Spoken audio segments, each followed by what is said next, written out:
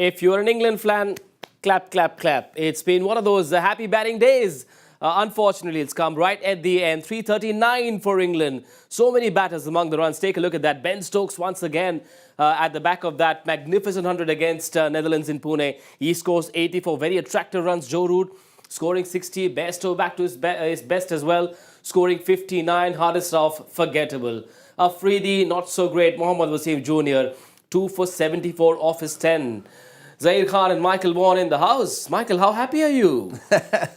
I'd have been happy if they'd have played like this about 2.5, 3 weeks ago. But I think it's just a reminder that England, when they play well, are a quality team. That was a high-class batting display right down the start. With Milan and Bairstow came out, and it was doing a bit earlier as well. They took probably 3 or 4 overs to get into their kind of groove and then start to get the boundaries. Joe Root probably will say that he struggled, he didn't time it, but he just hung around. He was that anchor role. Then Ben Stokes was flamboyant. Cameos from Butler and Harry Brook. And then a couple of kind of nice strikes from David Wood. Almost like the perfect blueprint innings in 50 over cricket. That's the kind of innings that I've watched for the last 7 years with this white ball team. So I don't think we'll see this team play together again. I think there'll be quite a lot of change after this World Cup. So I'm delighted that they've actually just, if it is this like last game that we see them, at least they've gone out in a way that we know that they can play. Yes, a big win tonight will be the perfect punctuation for what can be referred to as the golden generation of England's white ball cricket. Hapless, disappointing, depressing, deflating performance for Pakistan with the ball. They were just not there, Zach, after losing that toss. Pakistan just didn't look like they were there in the game. Well, bowling has been their weakness. If you look at the whole tournament, how they've gone about with the ball, so that was always the pressure which they were carrying, and maybe the batting is something which they're hoping of. Today again, we've been talking about it, that if they had batted first, it would have been a different game. But they're bowling in that first block of 10 overs. We often speak about Shah Afridi not giving them that breakthrough. Today they've gone in with Haris Rauf giving him the new ball.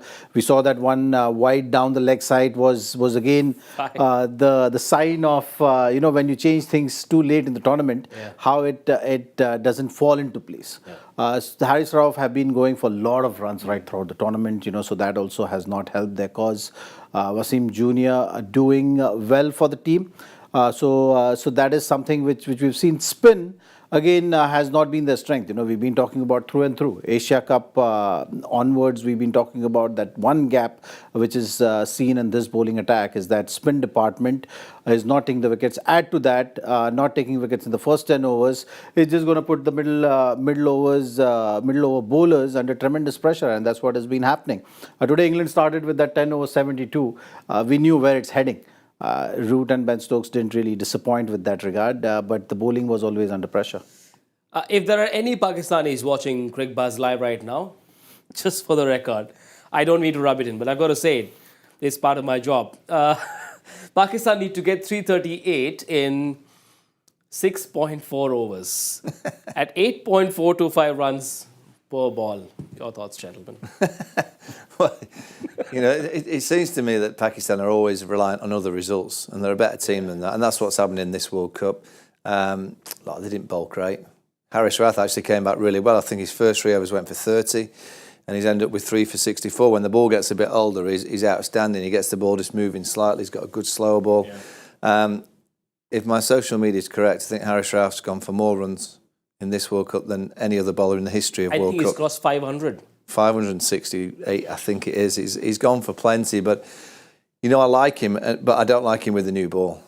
He's one of those kind of seamers that you almost want to hide to when the ball gets a little bit older, and when he gets an old ball in his hand, he just gets it manoeuvring around. And with that new ball, that first ball kind of sets the tone. You've got to set the tone for your team in terms of just, if you're not getting wickets, bowl dots and make it hard for the batters, or say to the batters, you've got to play a good shot from a good ball.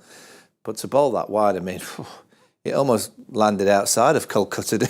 It was that wide. Then he bowled a bouncer that was high and wide as well. The tone setting for Pakistan with the new balls in this World Cup has been very, very unlike them. If it is 560 runs, it should be one of those big numbers. Is it a problem that cannot be corrected in the middle of a World Cup that lasts 45 days? Wouldn't the bowling group have looked at it? I don't know what's happening. Technique, what is it? Well, I think if you're just looking at pure numbers, you're looking at 9 games, 10 overs. If you're bowling each game, and you're going at 60 runs, you're gonna go close to that. Yeah. So from that point of view, it's not a number which is a very alarming number, I would say. But what matters is that phases of the game. The new ball is the critical phase of the game that really sets the tone for the innings. So there, Pakistan have been lacking. They've not been very consistent with that. Harris Rauf, anyways, have been used in those middle overs. That's their weapon to be used in that middle phase. The ball is older, maybe getting some reverse swing. Is very fast, hit the deck hard kind of a bowler. Add to that the variation which he uses, the slower one. So that's how he operates. If you're taking wickets consistently, then these numbers look fine. So if you're going for that many runs, then you should be consistently taking those 2 or 3 wickets in that phase of the game. Then the runs is not a concern that much. I think the new ball phase is something which Pakistan missed dearly in this World Cup. Now, there are viewers who may not be playing cricket formally at any serious level. Just for them, clearly it is different bowling with the old ball and the new ball. But when a top-level bowler, a bowler who plays at this level, knows that, say, Naseem Shah is missing, he would be aware that at some stage he may have to bowl with the white ball. Wouldn't they have practiced enough with the new ball? Is it that different? Is it that difficult at this level? I think when you designate the roles, Harris Rauf's role was always to come in those middle overs. Okay, he was not given that responsibility. Maybe right now, what is your best chance? Because Wasim Jr. is bowling well at the back end, so it's like an afterthought that okay, how do you manage all the resources? Hassan Ali started the World Cup. I think where Pakistan missed the trick also, Wasim Jr. was travelling with the team. Hassan Ali came from outside and then played ahead of Wasim Jr. So that shows that there's some confusion there. Like if you pick the guy ahead of the other guy, then you should have just continued as a straight swap or as a stack up of the bowlers which you have. That didn't happen. Later on, you didn't have any option but to play Wasim Jr. He played, he did well.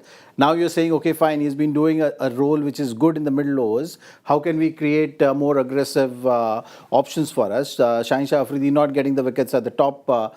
Maybe Harris Rauf is your best option. Let's look to use him in the first 10 overs. But then that adjustment is at times tough. So maybe with Harris Rauf that was the case. But generally, these kind of thought processes and ruffled thinking you've seen pretty much when the team is under pressure, you're at the bottom or you're fighting for that spot. These are all desperate measures which sometimes work, sometimes most often they will not work. But I also, if you look at Pakistan's spin, they're not spinners that we've seen Pakistan have had in the past. They're not spinners that are suddenly go boom, boom, boom in the middle of the innings. Yeah. They're spinners that are relying on a batter's mistake. Look at Malan's mistake to Iftikhar. It's a mistake from the batter. I don't watch Pakistan, I haven't in this World Cup, and thought, whoever the spinners may be, Shadab Khan's a decent spinner, but he never looks like he's going to go bang, bang, bang. Not threatening, yes. He's not. I think they're picking him out of the hand. I think he's quite an easy bowler to pick out of the hand. You just look at those figures. Shadab Khan up for 57. On the spinner, Salman's gone for 3 overs for 25, and Iftikhar, he bowled all right, 7 overs, 1 for 38. But just the 1 wicket for the spinners on a pitch that's turning. And I think the seamers for Pakistan, I believe, are always going to be a threat. They've got pace, they've got skill.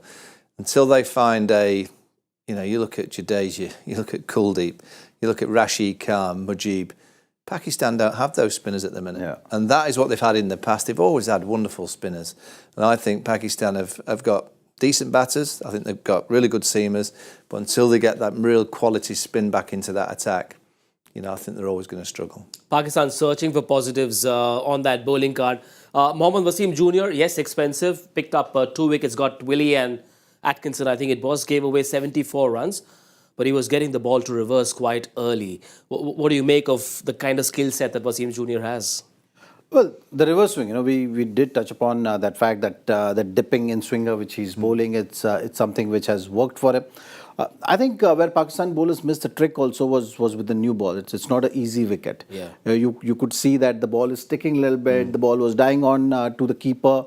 So it was harder for batters. And yet they were managing to go at 7 runs per over is something which you have to look into what your plans were, whether you created enough pressure, whether you followed the process which was required on the given conditions is something which they'll have to look at. But pick up the bowlers for sure in that phase also was Wasim Jr., who kept things controlled and was looking to do the right thing, just focusing, keeping it simple.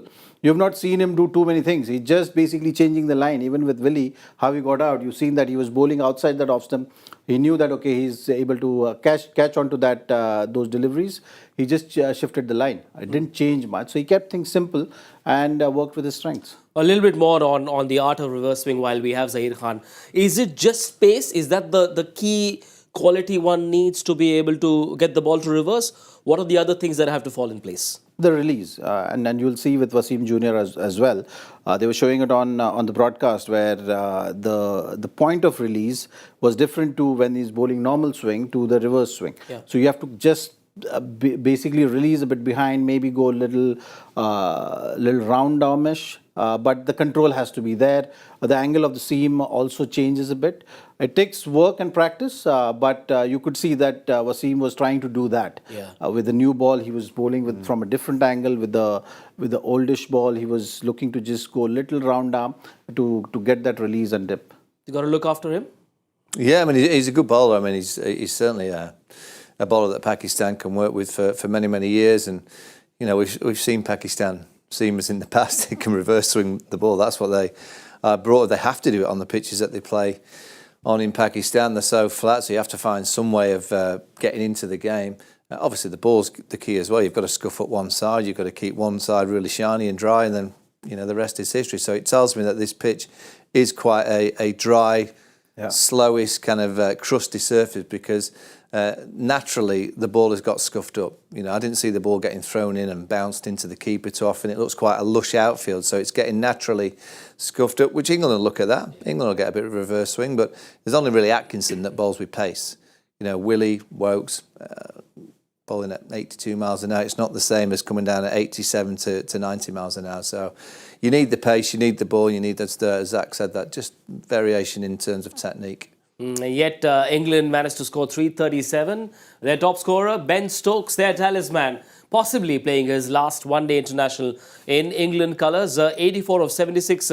Michael, there seemed to be 2 or 3 phases in this innings. He was happy to consolidate at the start. Then came the singles and then the big shots. Just putting out his batting masterclass when he knows that he needs to end this World Cup for the fans, for the supporters back home and for the team, give them a win somehow. Yeah, I felt he was having a bit of fun out there. He went up in the gears a little bit sooner than we saw against the Netherlands just a few days ago. Certainly, he went up quicker than he did against Australia 2 games ago. But he's just he's a brilliant player. I mean, I have him as England's greatest ever cricketer.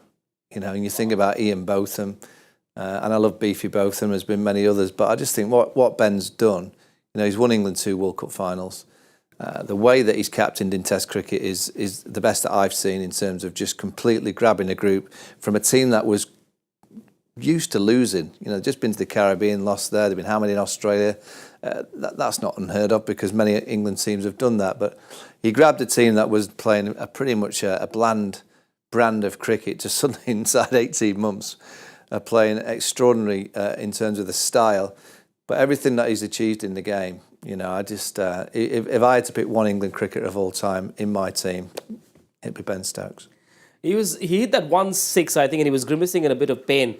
And most England fans would have said, "Oh my God, you know, you want Ben Stokes to be okay. There's a big 5-test series coming up in India." He's throughout the whole Ashes series, he was pretty much knackered. You know, he's come to the World Cup on the back of a bit of a rest, but he's been limping for however many games he's played. That is the way that Ben has played, and the damage in that knee, I don't know what it is, but he's a tough cricketer. And if it's flinching on a Ben Stokes, you know he's sore, because I think there've been many other players that wouldn't have been able to play because of the pain. But he has this inner steel. He's a superhuman, incredible personality in the dressing room. But his skill sets and his balance at the crease, you know, the way you can see straight away when Ben's playing well, his full face comes back. Yeah. He hits to mid on. He's got great balance to work on the onside and also great balance to play through the offside. And he had that pretty much from the get-go today. the one-legged World Cup 11 has now found its second player in Captain Ben Stokes after Maxwell. Yeah. Well, I think he walked into the World Cup with this. Isn't it? Yes. So he was always going to be like that. But look, he's very easy on the eyes. He's someone who is very natural, gifted cricketer. You would not see, there are cricketers you see go to through the whole coaching ranks, and then you will be teaching them, okay, how to hold the bat, how to hold, how your backswing should come, how you should connect the ball, all those kind of things. But with Ben Stokes, when you look at him, looks like he's very natural. Like, he's someone who's just been playing the way he's playing right from the word go. And ability with the ball. He's still not there physically, but as soon as he sorts his knee out, I'm sure, he'll be a complete package. And he's a match winner. There's no doubt about that. He was part of that third wicket partnership with Joe Root, who scored a half century as well, 132 of 131. At that stage, when these two were going well, it just looked like there was no way to get them out, both of them. No, I mean, Joe played that anchor role. I could see from his face that he was frustrated that he wasn't playing as well as he can. Yeah. I can see that on Joe's face all the time, that, even at the odd full toss he got, he went to hit and it was coming off the bottom of the bat. And he played one or two shots that were nice at the end. He cut one past backward point. He tried his little reverse dink. Luckily, it didn't go through his legs on the occasion today. But a strike rate of 83, 60 from 72. You kind of look at Joe, and he's a great, and he's in my greatest England 50 over kind of World Cup team in particular. But I just wonder whether the white ball 50 over games kind of moved on. Yeah. And you can only have one of that style of player, and maybe that player now bats at number 4. In your top 3, you have to have someone at 3 that can come out and really start to strike, like a Mitchell Marsh is doing for Australia. So we'll see what happens after the World Cup. Look, none of them will retire, because why would you? Because you've got a contract, which gives you a little bit of a retainer for 50 over cricket. And I don't think they should retire, because you just don't know in the future whether England might need them. There might be injuries. So all of them should, apart from David Willey, who has retired, I'd like to see them all just say, look, it's probably time to move on with the new generation, but we're there for you. If you need us, in 2 years' time in the Champions Trophy and you lose 3 or 4 players with injury, I'm available to play. But it's certainly that time in people's careers where we have to start looking to the next generation. And before time marches on, Johnny Bairstow at 34 looked like Johnny Bairstow of the old, and I saw that big smile on your face and he was going so well. Yeah, Johnny, I always love watching Johnny, because I can always tell when he's playing well. And for the first 15 balls today, he wasn't. You could just see it so obviously. And then he gets one away, he gets a drive away, and then he flicked one through the onside. And Johnny's a boundary machine. When Johnny starts to go, I mean, you go back to the 19 World Cup where he averaged near on 45, got 200s, 250s, and he was striking it at near on 110, I think, throughout the whole tournament. Oh, he hasn't had that rhythm and form in this World Cup, but again, it was just a reminder today that Johnny's a good player. He was just telling everyone, look, I can still play this game. Yeah. And again, I don't know whether he'll be one of the few that kind of potentially might get moved on, but he'll want to carry on playing. He's a destructive player at the top of the order, and he's very dangerous. And I think we just saw a little bit of a glimpse of old Johnny today. The moment they won the toss, most people said, well, it's curtains for Pakistan. But that opening partnership of 82 of 81 between Bairstow and Malan just told us that England were in the mood to play a lot of carefree cricket. And we saw that in that opening partnership between these two. And this partnership was important because the pitch was not that easy. You've seen that initial phase where the ball was not coming into the bat that nicely, and you got to see the phase off. But both these batters actually put on runs at a good pace, so that's something which really sets the platform. We've been talking about white ball cricket and what England have been missing. Those basics, they remain the same, isn't it? Like, how the game unfolds, how the psyche of players playing the game changes, all those things are going to remain the same. It's just about getting to that level. And you can see England, it was a bit late for them, but they've come together to produce what they could have done earlier. But this is what this team is known for. If you tick those boxes, things start to happen. They've just reminded everyone. That's all they've done today. I think people thought that they'd just completely gone over the hill. None of them can play anymore. They've just reminded everyone they're still pretty good players. But Pakistan, well, it is not an improbable one, but an impossible task for them to win this one or qualify. They could still win this one, but they cannot. It looks like they will not qualify for the semi-finals. Just another reminder, they need to score 338 in 6.4 overs. However, if at 337 they hit a 6, then they have 7.3 deliveries. We all know it's impossible. How about they send Fakhar Zaman and Iftikhar Ahmed to open the innings? Why not have a bit of fun? No, I mean, they can't. Well, they can't get these. They can win the game, though. You know, if they win the game, they get to 10 points and they can start talking about the Harris Ralph, LBW against South Africa. You know, that game against Afghanistan is the game that is always going to hurt them, because if they'd have won that game, win tonight and they're through to the semi-finals. But Fakhar's been in great form. Yeah. You know, he's been in great form. That 100 against New Zealand, I have that as the best. I know Maxi got a 40 ball 100. He's got this double century, but I have it as the second best innings of the tournament after Maxi's incredible double. I just like the way he plays, and he'll come out flying. He'll try and whack it over mid-wicket like he does. I don't think Pakistan will try and just bat the overs out. I think they'll probably have a good go, and it's going to be great entertainment. I hope for just the game of cricket's sake, it's a close game and Fakhar gets going and we get a bit of a nipper. Very likely that very little would be said in the Pakistan dressing room when they know what's inevitable. Well, you look at that playing 11. They've been playing. Part-timers were bowling. They wanted batters in the side. So for them, they have the resources right now to go after this total. Yep. And they would want to do that. So there will not be a lot of chat. There will just be a chat around that, okay, you know, what we have right now to qualify is out of our reach, but we still have a game of cricket to win. Yep. And you should go out with their approach. And both the teams would want to finish their campaign on a high. Yep. You'd rather, a win here will not give them a semi-final spot, but it'll be a consolation, a bit of a soothing balm to those scars, especially for the fans. And you'd rather take that consolation than not at all, because ending this horrid World Cup on a loss will make things worse for them, and this whole chatter about a terrible World Cup will continue for a lot longer back home in Pakistan. Look, you're all professional cricketers, right? And you're representing your country. So for you, every game should matter. It doesn't matter where you're playing, what kind of level you're playing, or who are the opponents. It's just about doing that day in, day out. And I think from that point of view, yes, you do say that, okay, you have to play for your pride, win the match no matter what.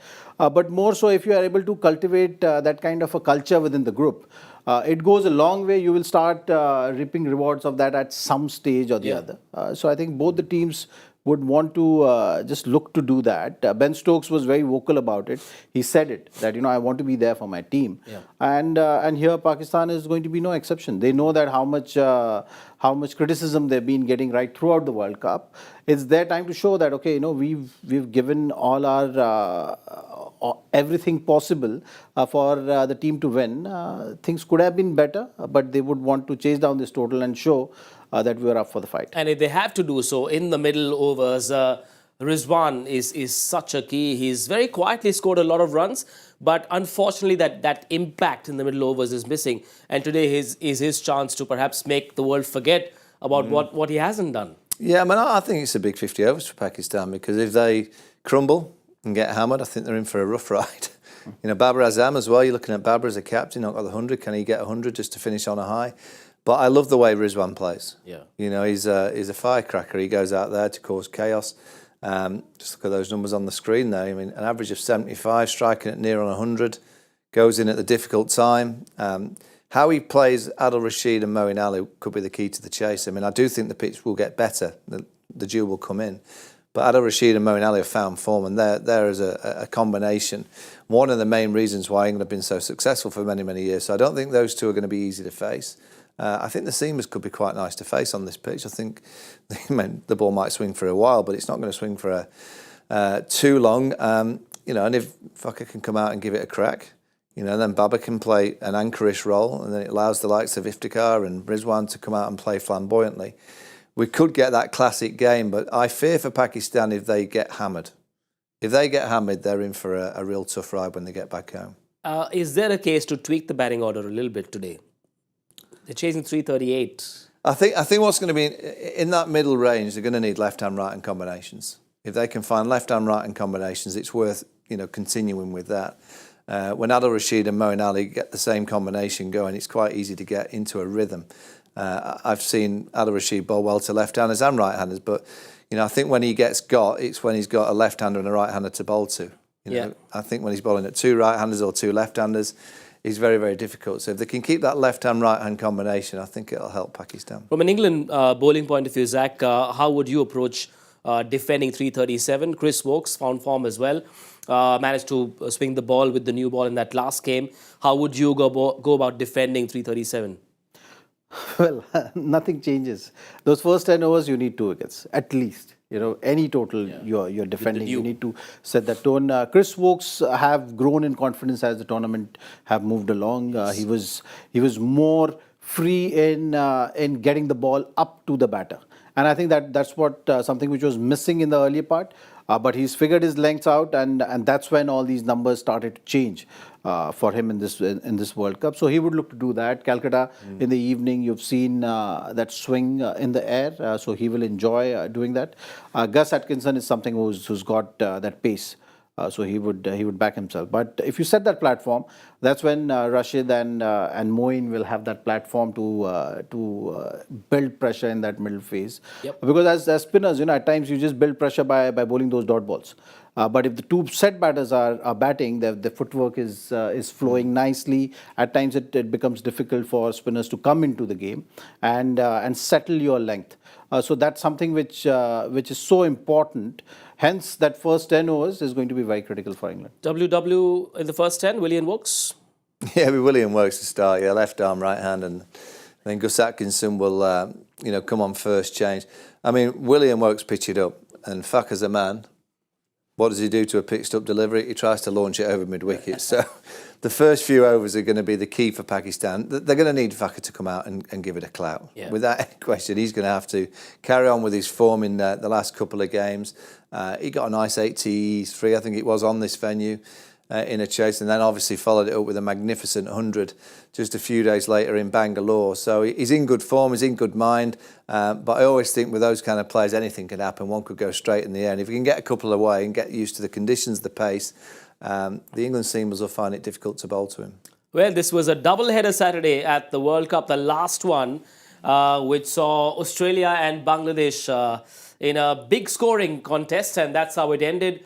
177 not out for Mitchell Marsh. Australia chasing down 307 very easily with 5.2 overs to go. Runs for Tauhid Ridoy, Shanto and Tanzil Hassan. This is in the absence of Shakib Al Hasan. A couple of wickets each for Zampa and Sean Abbott, who was brought into this game.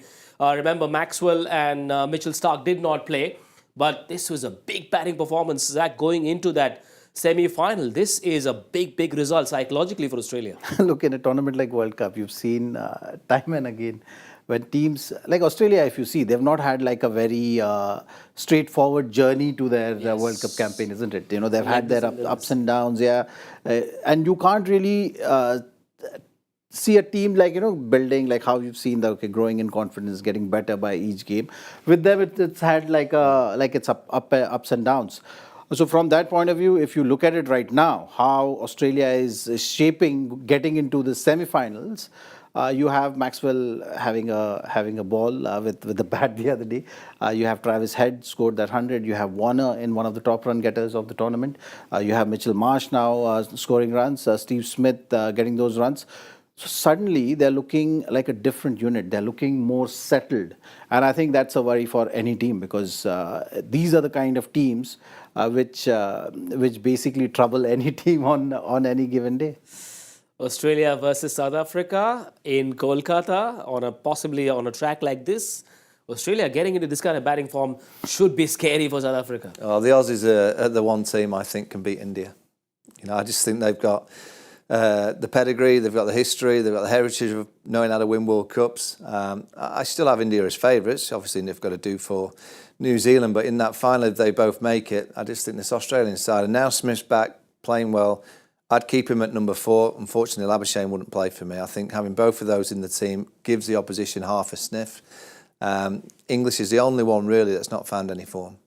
English is a decent keeper, but he hasn't got that many runs with the bat. But my top 6 for Australia would be the formation that they went with at the Wankhede. against Afghanistan, which just is one of Smith and Labuschagne. And Smith getting form today, I'd keep Smith at 4, English would be 5, Maxwell 6, Stoinis at 7. Keeping Labuschagne out for Smith is a big call. Expect a few more tweets. But we'll talk about that South Africa-Australia game a little later. The second innings is about to begin. Gentlemen, predictions 10 overs, Pakistan. I'm going to go higher, I think 70. Okay. 77. 40 for 4, Pakistan. They'll go big and it will work to their opposition's advantage. We are done with Cricbuzz Live for now. Michael Vaughan and Zaheer Khan will be with us once again on Cricbuzz Live at the end of it, but we will see you after 15 on Cricbuzz Combox. Bye for now.